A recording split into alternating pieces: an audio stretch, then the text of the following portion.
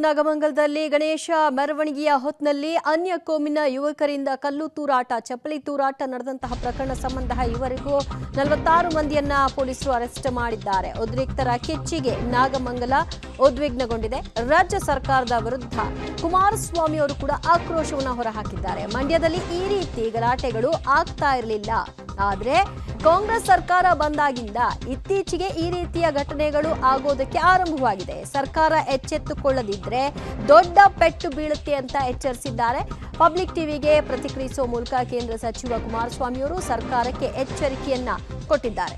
ಉದ್ರಿಕ್ತರ ಕಿಚ್ಚಿಗೆ ನಾಗಮಂಗಲ ಉದ್ವಿಗ್ನ ಸ್ಥಿತಿಗೆ ರಾಜ್ಯ ಸರ್ಕಾರದ ನೇರ ಪಾತ್ರ ಇದೆ. ಅವರು ಈಗಲೂ ಎಚ್ಚೆತ್ತುಕೊಳ್ಳಿಲ್ಲ ಅಂದ್ರೆ ದೊಡ್ಡ ಪೆಟ್ಟು ಬೀಳುತ್ತೆ ಅಂತ ಹೇಳಿದ್ದಾರೆ.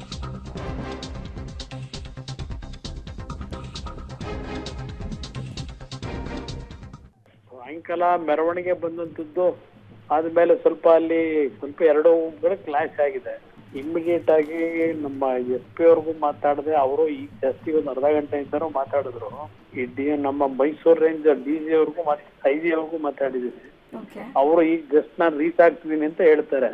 ಸ್ವಲ್ಪ ಸೀರಿಯಸ್ ಆಗಿ, ಯಾಕಂದ್ರೆ ನೀವು ಹೇಳಿದಂತ ರೀತಿಯಲ್ಲಿ ಕಳೆದ ಬಾರಿನೂ ಒಂದು ಮೈನರ್ ಇನ್ಸಿಡೆಂಟ್ ಆಗಿತ್ತು ಅಂತ ಹೇಳಿದ್ರು ಪೊಲೀಸ್ ಆಫೀಸರ್ಸ್.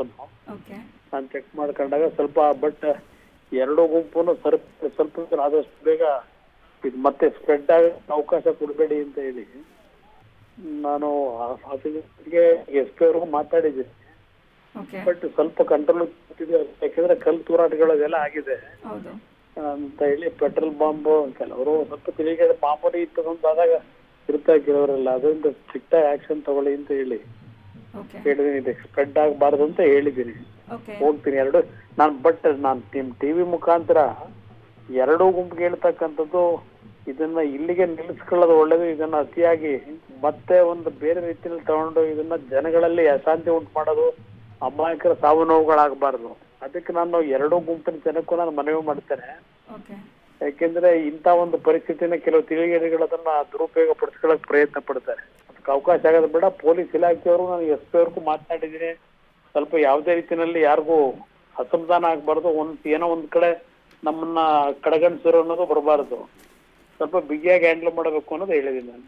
ಅದಕ್ಕೋಸ್ಕರಲಿ ನಾನು ಸರ್ಕಾರಕ್ಕೆ ಕೇಳ್ತಕ್ಕಂಥದ್ದು, ಇವತ್ತು ಹಿಂದೆನೋ ಇವರು ಯಾವ ರೀತಿ ನಡ್ಕೊಂಡಿದ್ದಾರೆ ನೋಡಿದ್ದೀನಿ. ಸರ್ಕಾರಕ್ಕೆ ಈಗಲೂ ಹೇಳೋದು, ಯಾವುದೋ ಒಂದು ಗುಂಪನ್ನ ಓಲೈಸ್ಕೊಂಡು ಹೋಗ್ತಕ್ಕಂಥವ್ರು ಮಾಡೋದ್ರಿಂದಲೇ ಅವರಲ್ಲಿ ಈಗ ಒಂದ್ ರೀತಿ ಉದ್ದಡತನ ಪ್ರಾರಂಭ ಆಗಿದೆ.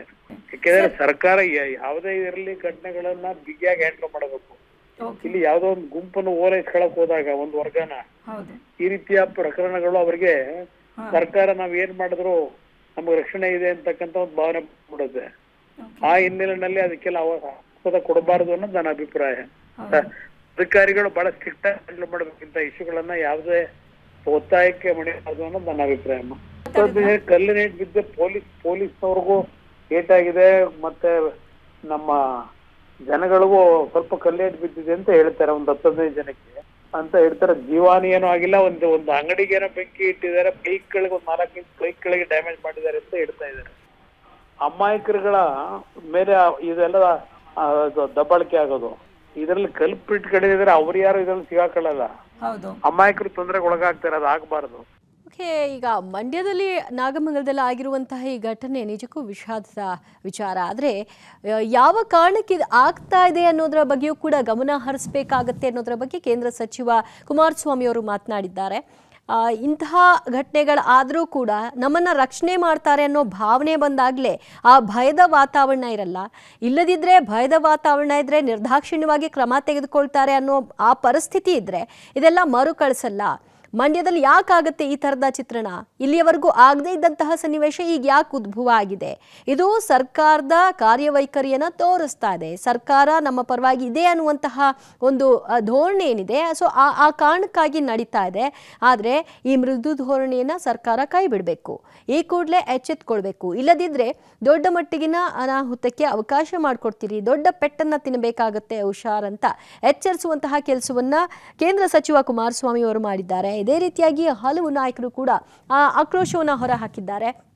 ಇಲ್ಲಿಯವರೆಗೂ ಶಾಂತಿ ಸ್ಥಾಪನೆ ಆಗಬೇಕು ಅನ್ನುವಂತಹ ನಿಟ್ಟಿನಲ್ಲೇ ನಿಮ್ಮ ಮಾತುಗಳಾಗಿದ್ರೆ ಅಲ್ಲಿ ಅದಕ್ಕೆ ಬೇಕಾದಂತಹ ಪೂರ್ವ ತಯಾರಿಗಳನ್ನ ಮಾಡ್ಕೊಳ್ತಾ ಇದ್ರಿ. ಆದರೆ ನಿನ್ನೆಯ ಘಟನೆಗಳು ಆಗಿ ಕೆಲವೇ ಹೊತ್ತಿನಲ್ಲಿ ಮತ್ತೆ ಯಾವುದೋ ಅಂಗಡಿಗಳಿಗೆ ಬೆಂಕಿ ಹಚ್ತಾರೆ ಅಂತ ಅಂದರೆ ಪೂರ್ವ ತಯಾರಿ ಎಲ್ಲಾಗಿತ್ತು, ಎಲ್ಲಿ ಭಯ ಇದೆ ಅನ್ನೋ ಪ್ರಶ್ನೆಯನ್ನ ಇಲ್ಲಿ ಹುಟ್ಟು ಹಾಕ್ತಾ ಇದೆ. ಹಲವಾರು ದೃಶ್ಯಗಳನ್ನ ನೀವು ನೋಡ್ತಾ ಇದ್ರಿ. ಈಗ ನೆನೆ ಘಟನೆ ಏನಾಯ್ತು ಅದನ್ನ ನೋಡಿದ್ವಿ, ಬಟ್ ಘಟನೆಯ ನಂತರದಲ್ಲಿ ಅಲ್ಲಿನ ಪರಿಸ್ಥಿತಿಗಳು ಈಗ ಒಂದೊಂದಾಗಿ ಹೇಗಿದೆ ಅನ್ನೋದನ್ನ ತೋರಿಸ್ತಾ ಇದೆ. ಹಲವಾರು ಅಂಗಡಿಗಳಿಗೆ ಬೆಂಕಿಯನ್ನ ಇಟ್ಟಿದ್ರ ಪರಿಣಾಮವಾಗಿ ಸುಟ್ಟು ಕರಕಲಾಗಿದೆ. ಆ ಅಂಗಡಿಯ ಮಾಲೀಕರು ಈಗ ಶಟರ್ ಓಪನ್ ಮಾಡೋ ಮೂಲಕವಾಗಿ ಏನಾಗಿದೆ ಅನ್ನೋದರ ಬಗ್ಗೆ ಗಮನ ಹರಿಸ್ತಾ ಇದ್ದಾರೆ. ಆತಂಕ, ಒಂದು ಕಡೆ ಲಾಸ್ ಆಗಿದೆ, ನಮ್ಮ ಜೀವನ ಕಷ್ಟಪಟ್ಟು ಏನೋ ಒಂದು ಅಂಗಡಿ ಹಾಕೊಂಡು ಜೀವನ ನಡೆಸ್ತಾ ಇರ್ತೀವಿ, ಈ ತರದ ಕೃತ್ಯಗಳಾಗ್ಬಿಟ್ಟಾಗ ಎಲ್ಲಿ ಹೋಗ್ಬೇಕು ನಾವು ಅನ್ನುವಂತಹ ಆತಂಕವನ್ನ ಅವರು ವ್ಯಕ್ತಪಡಿಸ್ತಾ ಇದ್ದಾರೆ.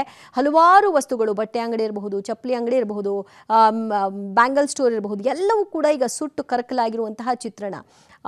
ಕೆಲ ಅಂಗಡಿ ಮಾಲೀಕರಿಗೆ ಆ ಸಂದರ್ಭದಲ್ಲಿ ಅಲ್ಲಿ ಹೋಗಿ ಏನಾಗಿದೆ ಅಂತ ನೋಡ್ಲಿಕ್ಕೂ ಕೂಡ ಪೊಲೀಸರು ಅವಕಾಶ ಮಾಡಿಕೊಡ್ಲಿಲ್ಲ ಅಂತ ಬೇಸರವನ್ನು ಹೊರಹಾಕ್ತಾ ಇದ್ರು. ಈಗ ಸದ್ಯ ಬೂದಿ ಮುಚ್ಚಿದ ಕೆಂಡದಂತಹ ಪರಿಸ್ಥಿತಿ. ಶಾಂತಿ ಸ್ಥಾಪನೆಗಾಗಿ SP ರೌಂಡ್ಸ್ ಹಾಕ್ತಾ ಇದ್ದಾರೆ, ಜನರಿಗೆ ತಿಳಿ ಹೇಳುವಂತಹ ಕೆಲಸವನ್ನ ಮಾಡ್ತಾ ಇದ್ದಾರೆ.